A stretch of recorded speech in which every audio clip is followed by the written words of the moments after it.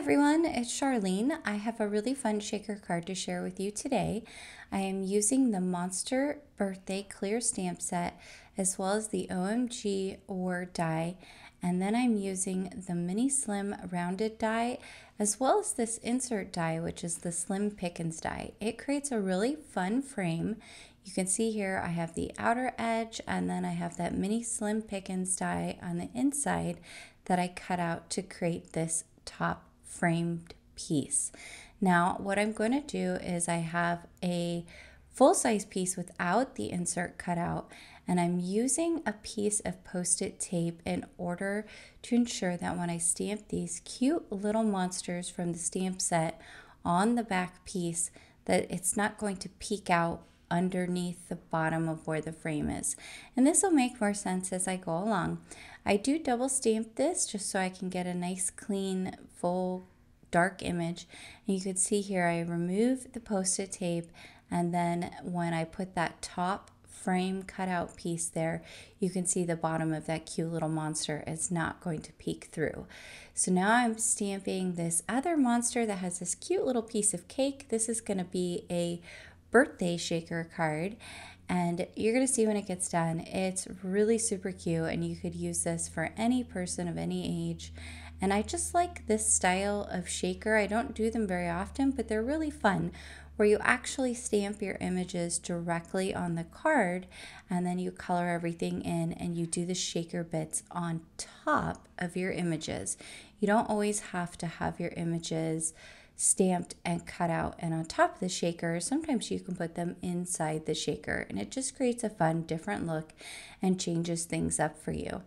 Now I'm going to color these images with Copic markers, and I did that off camera, but you can see I colored the top one that pink color, and then I have blue and purple, and I'm going to be using some coordinating shaker confetti mixes from This Calls for Confetti. So those are also available over at Whimsy Stamps, and if you have any questions about anything that I'm using today, I am going to link all the products down in the description.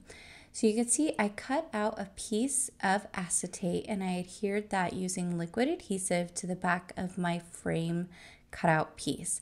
And then I have used some double-sided foam tape to make my little shaker pockets. So first I have some kind of pink and green and blue. I thought that coordinated well with the pink monster. And then I am using some blue shaker mix that has different cute little things in it for the middle, and then some purple at the bottom. I did go in and take out a few of the different pieces that I decided I didn't want in this mix for this specific card, but that's what I like about these confetti mixes is you can sort of pick and choose. If you only want some of one color or more of the other color, you also can use those shaker pieces as embellishments on your card, so it's really nice. You get a lot of use out of them. So once I'm done, I'm going to go ahead and dot this with some liquid adhesive just to make it easier to line everything up when I put that back piece on the shaker frame piece. Now you're going to see at the end here, I did off camera, once the card was fully done, take it apart actually, and I decided to go ahead and color around the monsters using some light blue Copic marker. It was totally cute and fine just like this, but I decided that I wanted the background to be blue. So you are going to see that in the end picture. So here I'm using some of the pattern paper from Whimsy Stamps. This is the rainbow paper pack, and there's lots of fun different designs with rainbows. I really like it. And I'm just adhering a piece to the front of a mini slimline sized card base that I've cut out. That's 3.5 by 6.5. So once I have that adhered on there, I'm just using my scissors to trim around the edge just to get any excess off. I find it really easy to just cut along the edge with my scissors rather than trying to cut down the piece and then maybe cutting it too much and having it so it doesn't cover the entire card front. I think that works really well when you do it that way. So once I have that done, I'm going to go ahead and adhere my shaker top.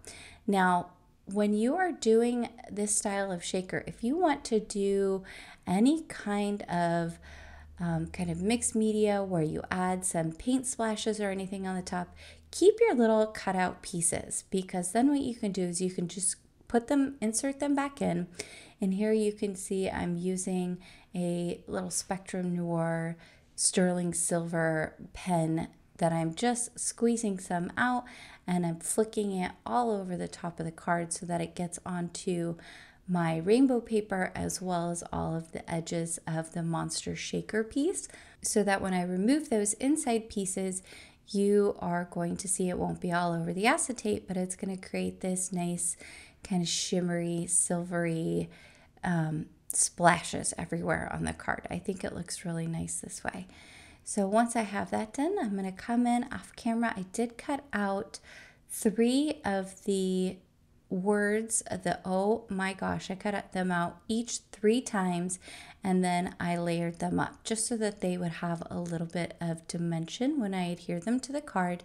And then I'm going to go ahead and space them out on the front of the card, and I'm going to use a stamped sentiment from the Monster's Birthday set on the inside of the card that goes along really well, I think, with this OMG word die set. So I do love that big OMG, but I couldn't quite make it work with this card, so I decided to use the words that say oh my gosh. I thought that worked perfectly and went along with the monsters. And then once you open it up, you can see the stamped sentiment that's going to say, I think it says something like, it's scary how old you are. So I have a few friends that I will definitely be debating on who should get this birthday card when it's time to send out a card.